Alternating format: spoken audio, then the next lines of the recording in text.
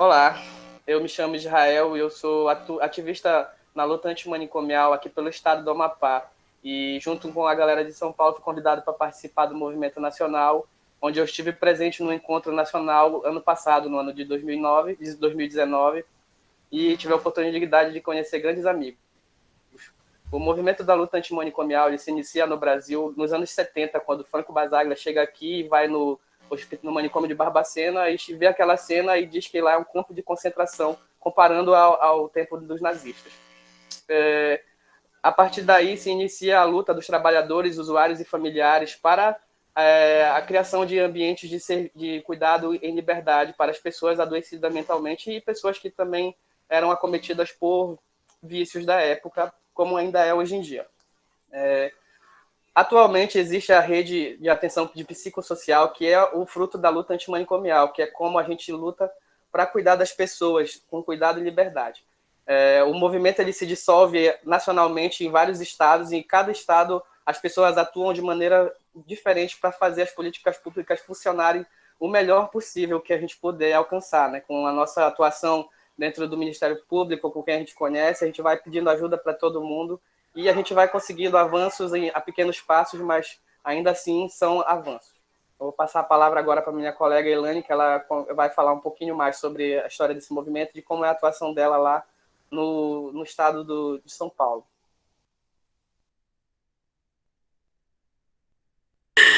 Olá, todas e todos. Meu nome é Elaine, como Israel mencionou. Sou trabalhadora de saúde mental aqui na cidade de São Paulo e também sou militante do Movimento Nacional da Luta Antimanicomial. Como já mencionado, né, o movimento se constitui enquanto movimento desde 1987, né, com o lema Por uma Sociedade Sem Manicômios. E desde então o movimento vem atuando, né, em diversas esferas, em diversos estados no Brasil. Atualmente, aqui em São Paulo, né, falando do lugar onde eu estou, o movimento está organizado em diversas regiões, né, seja na capital, seja no interior, seja na região do ABC, e a gente tem o desafio de fazer articulação não só, né, entre os coletivos que compõem a luta antimanicomial, mas também articulação com outros movimentos, né. A gente entende que a luta antimanicomial não se faz só com os atores da saúde mental, né? É imprescindível que para a gente falar, né, pensar a derrubada dos manicômios, pensar, né, que outras formas de convivência, outras formas de relações sociais são possíveis, elas só se dá, né, elas só vão ser possíveis a partir da articulação com outros movimentos sociais. E a gente tem feito isso, seja na articulação direta, né, produzindo coisas, produzindo ações, seja também pensando que as nossas ações, elas também são ações que muitas vezes reproduzem, né, práticas que são manicomiais e a gente não se dá conta disso no nosso cotidiano, né, e para que a gente possa refletir sobre esse processo, né, como se dão essas práticas manicomiais no nosso cotidiano, é imprescindível que a gente esteja junto com outros coletivos, né? Então, acho que para a gente dialogar um pouco mais aqui com outros colegas, né, para entender outras realidades, a gente vai agora, né, passar a fala para outros, né, membros aqui do coletivo e depois a gente retoma um pouco falando de como que o movimento, né, está articulado nacionalmente. Eu começo então, eu vou pedir a fala inicialmente aqui. Então, aqui no Amapá, o movimento ele acontece assim, de forma, cada um atuando da sua maneira. Infelizmente, no Amapá, as coordenações dos serviços elas vão mudando de acordo com as gestões políticas.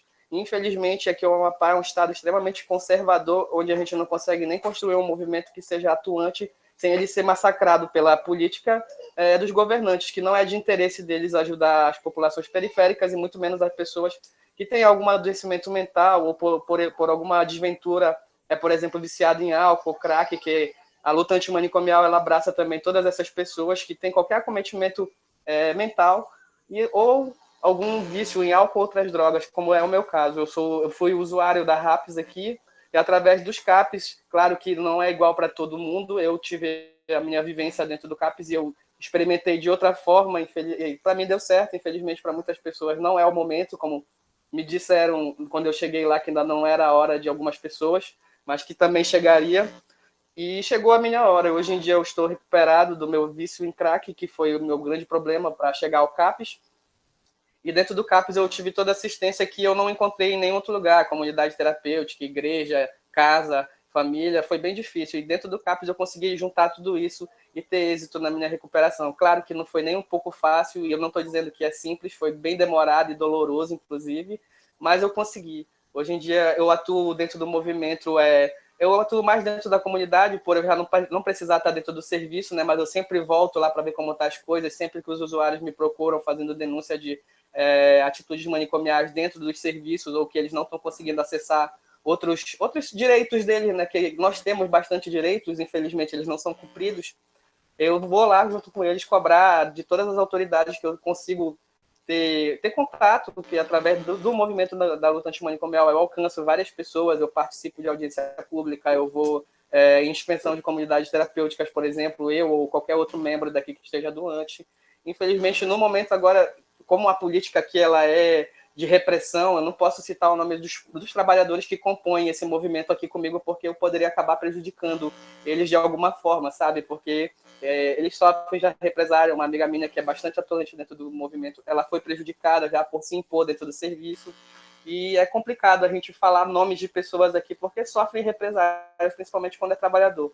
E quando é usuário, precisa ter muita vontade para lutar, porque realmente é muito frustrante às vezes lidar no sistema e ver que é difícil lutar contra ele, mas a gente precisa continuar. E o segredo é, como eu digo para todo mundo, a gente tem sempre que pensar em todos e tentar lutar coletivamente, porque sozinho a gente não consegue chegar em canto nenhum. E é isso, galera. A minha participação, eu voltei logo para me apresentar, porque eu esqueci de dizer de onde eu era no início. Muito agradecido aí, passar a palavra para as colegas agora. Boa tarde, né? Eu sou Camila Mariane, eu trabalho no serviço de saúde da RAPS, em Vitória, no Espírito Santo. Eu estou nesse serviço, nesse município já há 12 anos, e eu já militava no núcleo da luta antimanicomial desde a minha graduação, pouco antes dos anos 2000, então deixa para lá, né? A idade não importa muito. E aqui no estado, a gente tem participação, a gente tem nossas reuniões mensais, que acontecem, né? Toda vez, aconteciam sempre no dia 18 de cada mês, e a gente está tentando articular para que seja um dia fixo da semana, né? A terceira semana, uma quarta-feira, porque aí as pessoas que estão nos serviços conseguem se organizar melhor devido às atividades do serviço. Mas nossas reuniões já foram cada mês em um serviço, agora a gente está fazendo no lugar central, no Núcleo Estadual da Luta Antimanicomial, a gente está fazendo na capital, Vitória, para que pessoas de municípios vizinhos possam participar, porque se for no município mais, né, mais no sul, o município do norte tem mais dificuldade de chegar, tem pessoas muito atuantes da Grande Vitória, né, são principalmente 4 municípios que têm serviços de CAPS. A gente tem também no grupo de WhatsApp participação de pessoas de outros municípios mais distantes, mas que não estão efetivamente participando das reuniões ou das ações da Grande Vitória, por ser mais distante, mas opinam, mandam vídeos, né, fazem as atividades locais. Nós temos uma integração muito bacana com 2 movimentos também ligados à saúde, que é o Fórum Metropolitano sobre Drogas e o Fórum em Defesa da Saúde Pública. Então, a cada 3 meses, a gente faz uma reunião unificada, né, integrada desses 3 movimentos sociais, para pensar coisas maiores, né, ações maiores. A gente tem participantes do Núcleo da Luta Antimanicomial também, em outros movimentos, como o Movimento Negro, o Movimento do Fórum de Mulheres também. E também temos cadeira também, por exemplo, no Conselho Estadual sobre Drogas e no Conselho Municipal sobre Drogas de Vitória. Então, a gente também tem uma representação, tem pessoas que são convidados, né, para falar nas formações, nas faculdades, principalmente em torno do 18 de maio, que esse ano foi bem diferente, né? Mas a gente também fala um pouco desse movimento, porque o que a gente percebe, eu que estou há mais tempo no movimento, aqui do Estado, as pessoas novas, elas não têm muito conhecimento do que era o manicômio, né? Quando eu estudava, ainda existia o manicômio estadual, que fechou em 2007 daquela maneira, né, com as residências terapêuticas que foram implantadas aqui. Mas antes daquilo, não são muitos que conhecem mais. né, que visitaram, que conheceram, que estagiaram nos manicômios, ainda manicômios, né? Então, é necessário, volta e meia, a gente resgatar essa história infeliz para mostrar que a gente não quer que ela se repita, né? Então, a gente também tem contatos, algumas pessoas de nós têm conseguido contatos com deputados estaduais, né? A gente tem uma frente parlamentar em defesa da reforma psiquiátrica e luta antimanicomial aqui no estado, que uma foi criada na última gestão e que a gente conseguiu fazer alguns eventos, e agora uma deputada está disponível para nos ouvir, né, e ficou um pouco estarrecida com o que ela ouviu de nós, porque o que ela ouve falar da saúde mental é vamos prevenir, e o que dizem por aí é vamos prevenir, medicando as pessoas, né, e não é bem isso que a gente aposta, é muito ao contrário disso. Então, é extremamente importante que a articulação do movimento social seja com outros movimentos sociais, com a academia. A gente também tem professores universitários e estudantes participando do movimento, universidades públicas e privadas, e a gente também tem alguns gestores de serviços que participam conosco. Isso é fundamental, assim, porque, inclusive, em Vitória, a gestão a coordenação de saúde mental também tem uma visão antimanicomial, mas não em todos os municípios isso acontece, porque são cargos bastante políticos, né? E nem sempre as pessoas, de fato, conhecem ou querem conhecer, o que é ainda pior, a saúde mental em liberdade. Bom, é isso, gente. Obrigada pelo convite. Oi, gente, eu sou Fabiane, trabalhadora da Rede de Saúde Mental aqui do Rio de Janeiro e militante do movimento da luta também, antimanicomial. Contar um pouquinho, estou aqui nesse movimento militando organicamente há uns 12, 3 anos. Eu me aproximo com mais intensidade depois da minha graduação, mas eu posso dizer que esse é o movimento que me forma enquanto profissional, assim, me formou e continua me formando, tanto pelas trocas, assim, quanto pela proximidade com a vivência, né?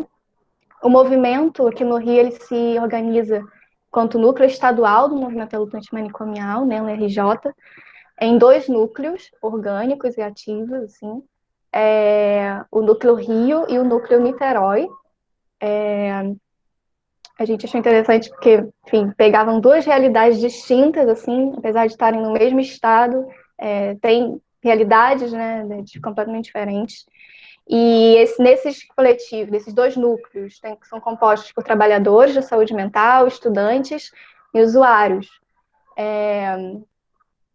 E aí a gente pode dizer que quando a gente participa de eventos e cria, tanto como a gente organizando, quando sendo convidados pelos eventos, a gente entende que todo mundo que compõe organicamente esses núcleos, seja usuário, seja trabalhador, tem a plena capacidade de estar ocupando e representando o nosso núcleo, assim, a partir da sua vivência, sua história, e a partir do que traz com ele, assim. E a gente faz questão de que isso aconteça nessa organização. A gente prioriza também se articular com outros movimentos sociais, que a gente vai, como a Kailane colocou, a gente vai entender que o manicômio não é só uma estrutura física, né, não é só arquitetônica, ela também tem lógica manicomial, tem práticas manicomiais que atravessam a vida dessas pessoas. A gente traz também a questão de classe, de gênero, de raça, muito para as nossas discussões, enquanto essas lógicas manicomiais. Acho que a gente vai falar depois um pouquinho, mas enquanto participação a nível nacional, a gente se divide como representação de 4 militantes, sendo 2 de cada núcleo, que a gente achou que seria importante também para trazer essas realidades de cada núcleo, compor. Que mais? Bom, enquanto ao longo do ano a gente participa tanto na articulação como nas ações, em atos pela cidade, em eventos pela cidade, de outros movimentos também. Porque é isso, a gente vai entendendo ao longo das nossas construções, dos nossos debates, que essas outras lutas também atravessam a nossa pauta, a nossa luta contra a luta antimanicomial, né? E aí, falando um pouco da realidade Rio de Janeiro, né, a gente tem vivido um pouco nos últimos anos uma precarização muito intensa da saúde e da assistência. avanço das políticas genocidas do Estado, sim, inclusive tem tido reflexos importantes, significativos, principalmente nesse momento de pandemia, né, do Covid. E acho que é um pouco isso, assim, a gente sente mais aproximação, né, uma aproximação mais orgânica, mais efetiva na construção do 18 de maio. E a gente se organiza anualmente, a gente puxa, né, protagoniza o ato do 18 de maio na cidade, no centro da cidade, com a participação desses outros movimentos, esses coletivos e algumas participações institucionais, mas sempre com esse protagonismo do movimento, na organização. E esse ano a gente fez um ato virtual, fez uma semana virtual pelas nossas redes sociais, Facebook, Instagram, fez uma live ao vivo com a participação tanto de blocos carnavalescos de usuários de saúde mental, de serviços de saúde mental, participação dos coletivos parceiros, né, a RENFA, que é a Rede Nacional de Feministas Antiproibicionistas, o Fórum de Saúde, a Frente Nacional contra a Privatização da Saúde, Tortura Nunca Mais, enfim, todos os coletivos parceiros, e algumas instituições parceiras também que organizaram junto, mas sempre tentando fazer valer que todas as vozes sejam válidas, que tenha espaço para que essas vozes apareçam, né, tenham validade, tenham protagonismo, e que tenha o protagonismo do movimento social na organização, na participação dessas atividades. Acho que é um pouco isso, assim. Eu sou a Priscila, eu moro em Criciúma, Santa Catarina. Estou na articulação do movimento aqui no estado, junto com o Fernando Spinato e com o Nilo Neto. O Nilo que nesse momento está internado, então não está podendo compor com a gente. E aí, no estado de Santa Catarina, a gente tem articulação de associações de usuários, familiares, técnicos em algumas cidades, como Itajaí, Joinville, Blumenau. Outros movimentos iniciando, como a cidade de Jaraguá do Sul, e a gente está num momento agora de articulação desses grupos que já têm uma militância nos seus lugares. E aí, por conta da pandemia também, a gente está criando estratégias agora tecnológicas, né, de articulação para a gente poder estar junto, pensando a mobilização para o Estado, né. Na cidade de Criciúma, eu faço parte de um coletivo chamado ACR, Anarquistas contra o Racismo, e através desse coletivo eu participo do Conselho Municipal de Saúde, onde a nossa pauta é a saúde mental. Então, o controle social, que o SUS nos oportuniza isso, né, o controle social é fundamental para a saúde mental. Ali a gente faz as tensões, a gente faz as denúncias, a gente monitora os serviços. Na minha cidade, a gente tem 2 residenciais terapêuticos que são gestionados por uma OS, que aí também gestiona uma outra comunidade terapêutica, então a gente também monitora esse trabalho, fiscaliza os recursos, faz parte da comissão de fiscalização. Na minha região ainda existem clínicas que fazem eletroconvulsoterapia também, mas não é pelo SUS. Na minha cidade também a gente teve um número muito grande de imigrantes negros aqui, e aí o sofrimento psíquico, a articulação da rede de como acolher essas pessoas de outro país também teve um impacto bem grande aqui para a gente. E a gente tem a residência em saúde mental e atenção psicossocial de uma universidade aqui da cidade, que está compondo agora os serviços, e que para a gente também foi bem importante, porque eu acho que quando a academia entra nos serviços, tensiona algumas coisas importantes, e a gente derruba o modelo manicômio-escola, né, eu acho que a gente precisa ter esses outros olhares, assim. Então, nesse momento do contexto político que a gente está também, né, as políticas públicas têm cada vez mais impactado, né, com a fragilidade de recursos, de oportunidades, e eu penso que é um momento da gente reafirmar os laços humanos e solidários que nós temos entre os grupos aqui, no sentido de fortalecer a luta, né, e eu acho que o bacana do movimento nacional é ter esse cenário, né, de entender que o desmonte não é pontual, não é local, e aí coletivamente a gente consegue criar estratégias, né, acho que é o mais bacana. A gente tem uma articulação com o movimento negro, o movimento das pessoas com deficiência, como a Fabiane falou, né, de entender que o manicômio não é um prédio com 4 paredes, né. A gente não tem mais hospital psiquiátrico aqui na minha cidade, que era um hospital regional, a gente fechou todos os leitos SUS, e agora e particular agora foi fechado, porque daí não se sustentou, obviamente, para atender as pessoas com Covid, enfim, e depois vai virar um asilo e tal. Então, acho que isso é uma conquista da luta, assim, né, da nossa militância local, regional e estadual também. Então, é isso, gente, acho que passo a palavra para a Elaine para dar um panorama do movimento, né, pensando nacionalmente também. E gratidão pela oportunidade, né, acho que quando a gente tem aqui usuários e militantes podendo falar sobre isso, é muito importante da gente ouvir essas vozes também, né, isso aí. Sim, eu acho que a gente conseguiu ter um panorama, né, bem interessante, bem importante de como estamos organizados hoje, né, enquanto Movimento Nacional da Luta Antimanicomial.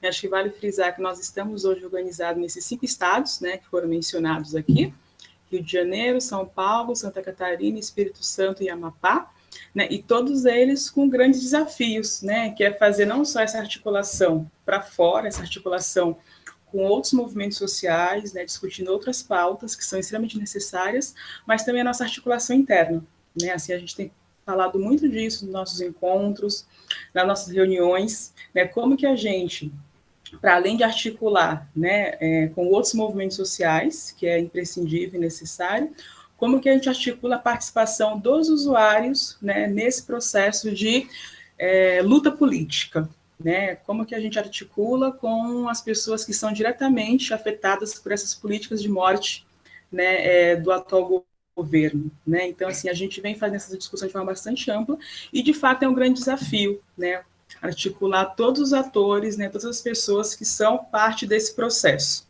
né, e a gente, e não é à toa, né, que nosso último encontro nacional, que aconteceu ano passado, né, em 2019, aqui na cidade de São Paulo, a gente pautou principalmente isso, né, como que a gente retoma, né, essa discussão, né, de pensar o movimento de forma ampla em todos os estados do Brasil, né, atualmente a gente identifica o MNLA em 5 estados, né, nós temos aí 26 estados, né, como que se dá esse processo de articulação, né, nós aqui enquanto comissão de articulação temos um grande desafio que é pensar, né, como que o movimento chega em todos os lugares, né, não é algo fácil, mas a gente está aqui pensando sobre isso, né, articulação talvez seja o nosso principal desafio, né, porque a gente o tempo todo, né, esbarra, né, nos entraves do cotidiano, né, seja pensar um usuário que adoeceu, né, seja uma pandemia, né, a gente foi atravessado por uma pandemia no momento em que a gente estava pensando a articulação nacional, o contato com outros territórios, com outros lugares, com outras pessoas que têm uma identificação com a luta antimanicomial, mas não sabem como se articular. Então, nós, enquanto movimento, temos essa tarefa, né, de propor, de estar junto não só aos nossos pares, né, com quem a gente já dialoga no cotidiano, mas também com pessoas que ainda não estão próximas do movimento, né, então fica para a gente um grande desafio. No final do ano, né, quando a gente organizou o encontro nacional, surgiram diversas propostas, né, de como que se daria essa organização. Né, e saímos com diversas tarefas, né? Essa comissão, né, que parte dela, né, está aqui hoje, né, compondo essa discussão, saiu com essa tarefa, né, com essa imensa tarefa de pensar a articulação nacional.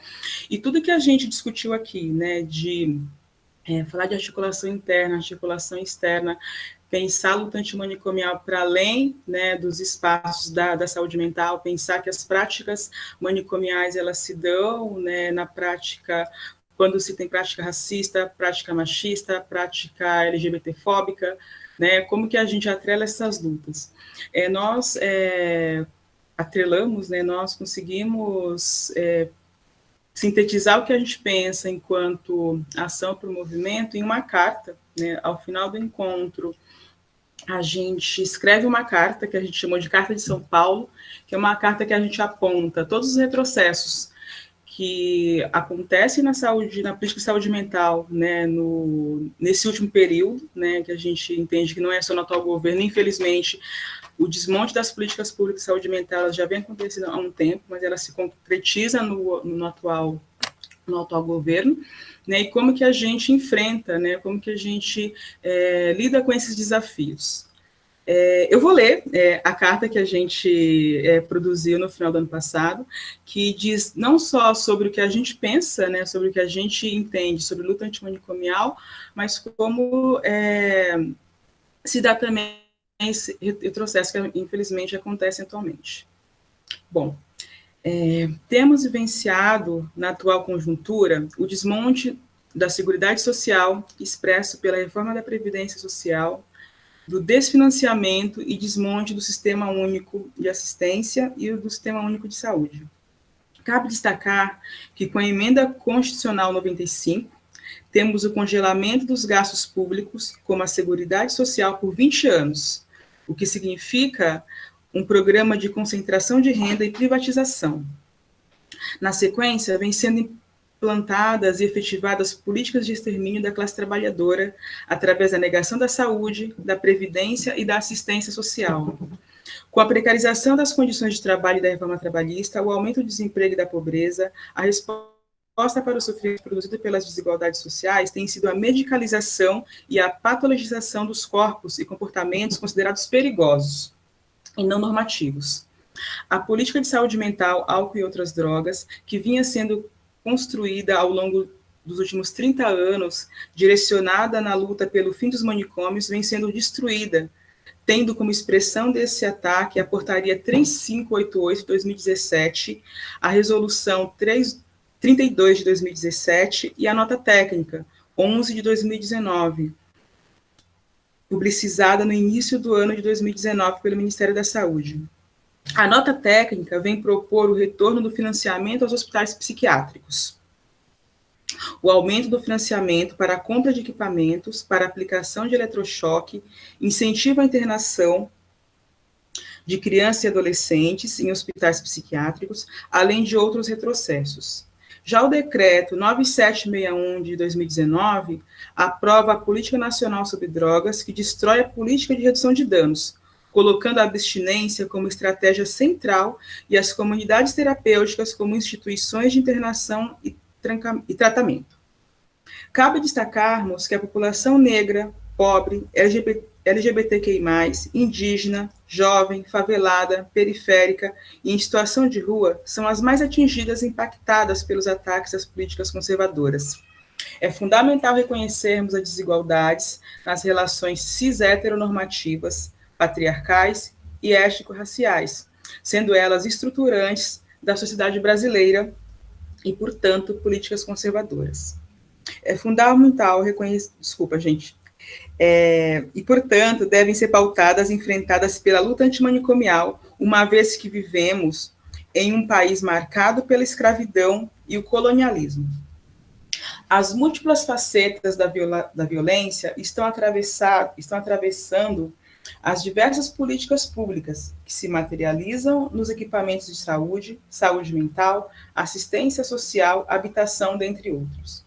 Nesse sentido, destacamos que a violência do manicômio, na atualidade, está expressa nas políticas de extermínio, nas violências dispensadas à população negra, pobre, periférica, indígena e LGBTQI+, no sucateamento do Sistema Único de Saúde, no aumento do encarceramento em massa, na criminalização dos movimentos sociais, na suposta guerra às drogas, no não acesso a um atendimento integral de cuidado em saúde mental, na perspectiva da redução de danos e em liberdade.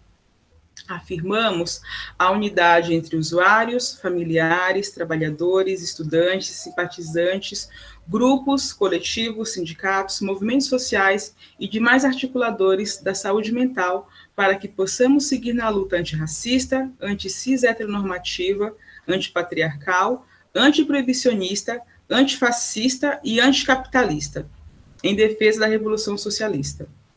Bem, essa foi a carta construída pelo movimento e que reafirma o nosso compromisso, né, por uma sociedade sem manicômios.